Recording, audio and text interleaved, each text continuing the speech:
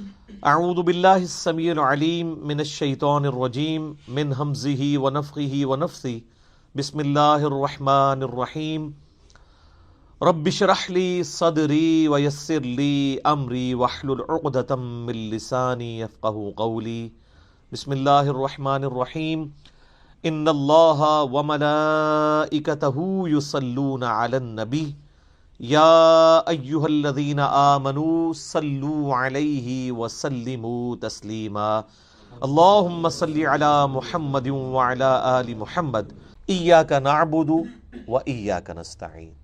تعریف کرنے کے بعد اے اللہ ان ساری چیزوں کے ہوتے ہوئے حق تو یہ ہے کہ عبادت بھی تیری ہوگی، دعا بھی تجھ سے کی جائے گی۔ اے اللہ ہم صرف تیری ہی عبادت کرتے ہیں اور کرتے رہیں گے، تجھی سے مدد مانگتے ہیں اور تجھی سے مانگتے رہیں گے، کیونکہ یہ مضارع کا صیغہ ہے جو کنٹینیوشن ہے۔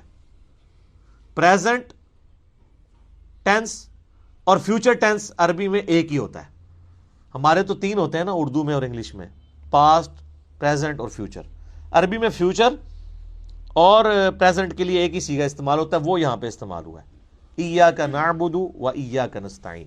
اور اگر اس کو دعائیہ بنائیں گے جس طرح کہ اعلیٰ حضرت نے ترجمہ کیا ہے، احمد بریلوی صاحب نے، انہوں نے بہت زبردست ترجمہ کیا۔ انہوں نے کہا اے اللہ ہم صرف تیری ہی عبادت کریں اور صرف تجھی سے مدد چاہیں۔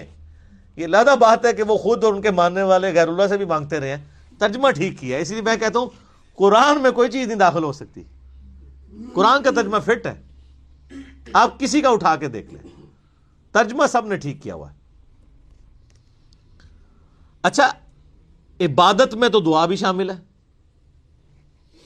جامعہ ترمذی میں حدیث ہے، سنن نسائی میں حدیث ہے، ابن ماجہ میں الدعاء هو العبادہ، دعا عبادت ہے۔ تو جب دعا عبادت ہے تو ایاک نعبد میں دعا شامل تھی، یہ پھر ایاک نستعین کیوں آیا؟ اس لیے کہ سب سے سینسٹیو ایشو ہی دعا کا ہے، غیر اللہ کو مدد کے لیے پکارنے کا۔ تو اللہ تعالیٰ نے اس کو اسپیسیفکلی بیان کیا، اس کے باوجود امت کی اکثریت غیر اللہ سے مدد مانگ رہی ہے۔ ایک تو ہے ظاہری اسباب، وہ تو آپ مانگیں، تو قرآن میں حکم ہے وَتَعَاوَنُوا عَلَى الْبِرِّ وَالتَّقْوَى وَلَا تَعَاوَنُوا عَلَى الْإِثْمِ وَالْعُدْوَانِ، یہ تو بالکل ٹھیک ہے۔ وہ ایک مفتی صاحب جو کیو ٹی وی پہ بیٹھے ہوئے ہیں لوگوں کے عقیدے خراب کرنے کے لیے، وہ کہتے ہیں جی اب پھر ہم امی سے روٹی نہ مانگے جا کے۔ بھائی امی سے روٹی وہ مانگتا ہے جس کی امی گھر موجود ہوتی ہے، جس کی امی قبرستان میں آرام فرما ہوتی ہے۔ اگر وہ امی سے روٹی مانگ رہا ہو تو اسے کیا کہا جاتا ہے؟ پاگل یا مجذوب، تھوڑے سوفسٹیکیٹڈ ورڈ، مجذوب یا پاگل۔ تو یہ پاگلوں سے آپ گفتگو کر رہے ہیں، یہ دھوکہ دے رہے ہیں۔ وہ کہتے ہیں جی کوئی دریا میں ڈوب رہا ہو تو اللہ کو پکارے گا یا جو وہاں پہ کنارے پہ لوگ موجود ہیں ان کو پکارے گا؟ بھئی یہ تو ساری اسباب ہے۔ تو سر وہ اس وقت شیخ عبدالقادر جیلانی کو بھی پکار کے دیکھ لے اگر اس کو ہے کہ وہ بچا لیں گے، کیونکہ اللہ نے دنیا کو اسباب کے ساتھ جوڑا ہوا ہے۔ ان کو اگر اپنے بزرگوں پہ اتنا مان ہے تو یہ پھر دریا میں چھلانگ مارے نا اور پکارے بزرگوں کو۔ ظاہری اسباب میں آپ نے اڈاپٹ کرنے کا حکم ہے۔ ہاں جو دعا مانگی جائے گی بغیر اسباب کے، آپ جو غائب میں مدد کے لیے پکار رہے ہوتے ہیں، مثلا یہاں بیٹھے میں ان کو کہتا ہوں مجھے پانی پلا دیں، بالکل ٹھیک ہے، لیکن یہ بغداد میں قبر کے اندر ہے، میں کہتا ہوں مجھے پانی پلا دیں، وہی جملہ شرک میں لے جائے گا۔ یہ ہے اصل مسئلہ۔ یہ جھگڑتے رہتے ہیں جی وہ جی بزرگوں کو اختیار نہیں۔ میں کہتا ہوں جی بزرگوں کو اختیار ہو بھی، کوئی بزرگ ماشاءاللہ اتنا پہنچا ہے کہ اسے اللہ نے اختیار ہی دے دیا فرشتوں کی طرح، پھر بھی بزرگوں کو پکارنا شرک ہوگا مدد کے لیے۔ ویسے آپ نے محبت میں پکارنا ہے، آپ ضرور پکاریں، مدد کے لیے نہیں، ویسے اپنی محبت کا اظہار کریں، لبیک یا رسول اللہ کہیں، لبیک یا حسین کہیں، بالکل ٹھیک ہے، آپ محبت کا اظہار کریں، المدد نہیں۔ بارش کون برساتا ہے؟ اللہ۔ ڈیوٹی کس کی ہے؟ تو بارش فرشتوں سے مانگی جائے گی یا اللہ سے؟ اللہ سے۔ اچھا اگر کوئی فرشتوں سے مانگ لے کہ یار خیر اللہ نے ڈیوٹی لگائی ہے، سر وہ مشرک ہو جائے گا، اور یہ قرآن میں لکھا ہوا ہے۔ آپ پارہ نمبر 20 کھول لیں اگر کسی کو توفیق ہو۔ میں نے کئی بار سنا ہے، میں ایک جگہ بیٹھا ہوا تھا، وہاں پہ ایک شیعہ ذاکر بھی تھے۔ اب مجھے 2-3 دن پہلے، شیعہ عالم تھے بلکہ ذاکر نہیں تھے، 2-3 دن پہلے پتہ چلا ہے وہ فوت بھی ہو گئے، بہت علمی آدمی تھے، اللہ تعالیٰ ان کی مغفرت کرے۔ تو وہ ان کے ساتھی بیٹھے تھے، وہ کہتے ہیں جی ٹھیک ہے ہم یا علی مدد نہیں کہنا چاہیے، لیکن جو یا علی مدد کہتا ہے آپ اسے کیوں کہتے ہیں وہ شرک کر رہا ہے؟ میں نے کہا اس لیے قرآن میں لکھا ہے، تو میں نے یہ آیت سورہ النمل کی آیت نمبر 62 پارہ نمبر 20 کے آغاز میں، امن یجیب المضطر اذا دعا ویکشف السوء ویجعلکم خلفاء الارض اِلٰہ مع اللہ، بھلا بتاؤ تو کون ہے جو مصیبت میں گھرے ہوئے شخص کی فریاد کو سنتا ہے اور اس کی تکلیف اس سے دور کرتا ہے، اور تمہیں اپنے ماں باپ کے مرنے کے بعد خلیفہ کرتا ہے اس زمین پر، اِلٰہ مع اللہ، کیا اللہ کے ساتھ کوئی اور الہ بھی ہے جس کی یہ کوالٹی ہو؟ قلیلا ما تذکرون، بڑے کم لوگ ہی نصیحت پکڑتے ہیں۔ تو میں نے کہا اللہ تعالیٰ کہہ رہا ہے کہ جس کے بارے میں تمہارا یہ عقیدہ ہے نا کہ وہ مصیبت اور پریشانی میں تمہارا مشکل کشا ہے، تو گویا الہ ہے وہ، اور سب سے پہلے تو مولا علی ان کے گریبان پکڑیں گے جنہوں نے مولا علی کے بارے میں عقیدہ گھڑ لیا۔ مولا علی بھی اپنی نمازوں میں اللہ کو پکارتے تھے، مولا علی کا ماننے والا بھی وہ ہوگا جو اللہ کو پکارے گا۔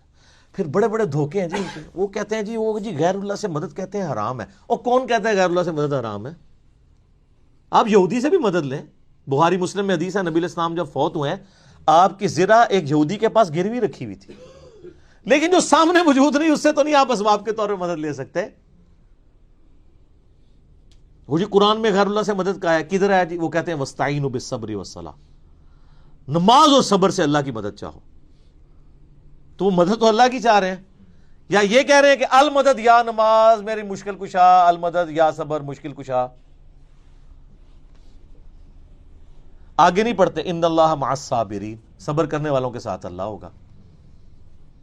وہ کہتے ہیں حضرت عیسیٰ علیہ السلام نے کہا تھا من انصاری اللہ، کون ہے جو اللہ کے لیے میرا مشکل کشا بنے؟ وہ تو ظاہری اسباب میں، ہمارے نبی علیہ السلام کے بھی صحابہ آپ کے جو ساتھی تھے وہ آپ کے اسباب میں آپ کے مشکل کشا تھے، لیکن وہ والا مشکل کشا نہیں کہ جو آپ وہ سمجھ رہے ہیں، ورنہ اگر نبی کا مشکل کشا صحابہ اکرام تھے تو پھر تو ان کا مرتبہ اوپر ہو گیا۔ تو وہ صرف صحابہ مشکل کشا نہیں تھے، وہ یہودی جس نے نبی علیہ السلام کی زرہ گروی رکھ کے آپ کو کچھ دیا تھا وہ بھی مشکل کشا ہے، اور سب سے بڑا مشکل کشا سورج ہے۔ سورج اگر ختم ہو جائے تو زمین پہ نہ نباتات اپنا اگ سکتی ہیں، نہ حیوانات ان نباتات کو کھائیں گے، سب کچھ ختم ہو جائے گا۔ دنیا میں ہواؤں کا چلنا، موسموں کا بدلنا، یہ سب کچھ سورج کی وجہ سے ہے۔ تو کوئی کہتا ہے المدد یا سورج، کسی کے ذہن میں یہ وہم بھی آتا ہے کہ سورج مشکل کشا ہے، حالانکہ آپ کے بزرگ تو کچھ بھی نہیں کر سکتے جو کچھ سورج کر رہا ہے، اور سورج کو موت بھی نہیں ہے، یہ آپ کے بابے مر چکے ہیں۔ تو کہیں نا المدد یا سورج، کہیں گے نہیں جی سورج کا کیا کمال ہے، وہ تو اللہ نے اس کی ڈیوٹی لگائی ہوئی ہے، تو ہم اس کو کیوں پکارے ہیں، ہم اللہ کو کیوں نہ پکارے؟ تو بابوں کی بھی اگر ڈیوٹی لگی ہوئی ہے تو بابوں کو نہ پکارو، ویسے ڈیوٹی کو نہیں لگی ہوئی، اگر لگی بھی ہو for the sake of argument, تمہاری جعلی جو دلائل ہیں اس پہ ایگری کرتے ہوئے، پھر بھی ان کو نہیں آپ پکارو گے،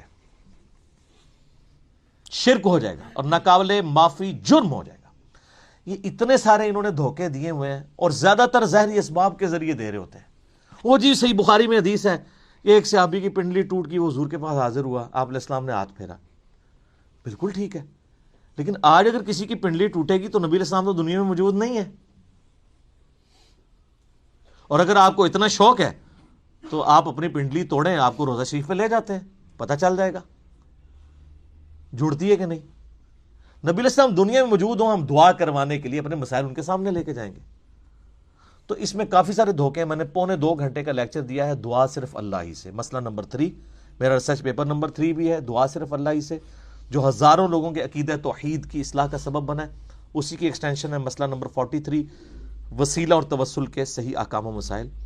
اس پہ گھنٹوں بولا جا سکتا ہے، جتنے انہوں نے لیم ایکسکیوزز ڈیوائز کیے ہوئے ہیں، جتنے دھوکے دیے ہوئے ہیں، اور پھر وہ کہتے ہیں دیکھیں جی وہ اگر وہ جو آپ پتہ ہے پچھلے کچھ کئی سال پہلے خانہ کعبہ شریف میں کرین گری، تو کہتے ہیں وہ بزرگوں کے ماننے والوں کو موقع مل گیا، ان کا یہ کہتے تھے خود کچھ حملے ہوتے ہیں مزاروں پہ نہیں روکتے، تو اللہ نے کون سی کرین روک لی؟ اور اللہ کا تو دعویٰ ہی کہیں نہیں ہے کہ میں روکوں گا۔ وہ ابرا کے لشکر کو ایک دفعہ ہی تباہ کیا ہے، یزید نے جب کعبے پہ چڑھائی کی ہے تو اللہ نے برباد نہیں کیا اس لشکر کو، دنیا بقدر ایفرٹ ہے۔ صحیح بخاری میں حدیث ہے قرب قیامت میں ایک پتلی ٹانگوں والا حبشی کعبے کی اینٹ سے اینٹ بجا دے گا، اللہ نے حفاظت وہ ابراہیم علیہ السلام کے لیے ایک دفعہ ہی آگ ٹھنڈی ہوئی ہے، کئی صحابہ جو ہیں وہ آگ میں جلائے گئے ہیں، رومن امپائر کی جنگوں میں تیل کے کڑاؤں میں ان کو ڈالا گیا۔ لیکن آپ کا دعویٰ ہے کہ آپ کے بزرگ سب کچھ کر سکتے ہیں. ہم کہتے ہیں پاکستان کی بجلی پوری کر دیں. اچھا یہ بزرگ جب بیمار ہوتے ہیں یہ تو آغا خان میں اور شفا انٹرنیشنل میں جاتے ہیں, آپ بیمار ہوتے ہیں آپ کو اٹھا کے مزار پہ لے جاتے ہیں. آمدہ کوئی بزرگ بیمار ہو چیخیں بھی مارتا رہے, اس کو کہ نہیں سر دسو جانا کیڑے مزار تے ہے, اسپتال نہیں تو کھڑنا. دنیا کے مہنگے ترین ہاسپٹلز میں یہ علاج کرواتے ہیں. آپ کو کہانیاں کرائیں گے کہ ہمارے پاس لے کے آؤ ہم بائی پاس کریں گے. کوئی دنیا کا بزرگ جو ہے وہ مجھے ختنہ کر کے بتائے. بائی پاس تو بہت بڑی چیز ہے, بلیڈ مارے بغیر, کیونکہ بائی پاس تو بغیر بلیڈ کے کرتے ہیں نا وہ. سب جھوٹ, فراڈ. اور صحیح ہو رہا ہے آپ کے ساتھ, کیونکہ آپ نے دین بین لوگوں کے حوالے کیا ہوا, تو دیکھیں پھر آپ کے ساتھ کیا کر رہے ہیں وہ.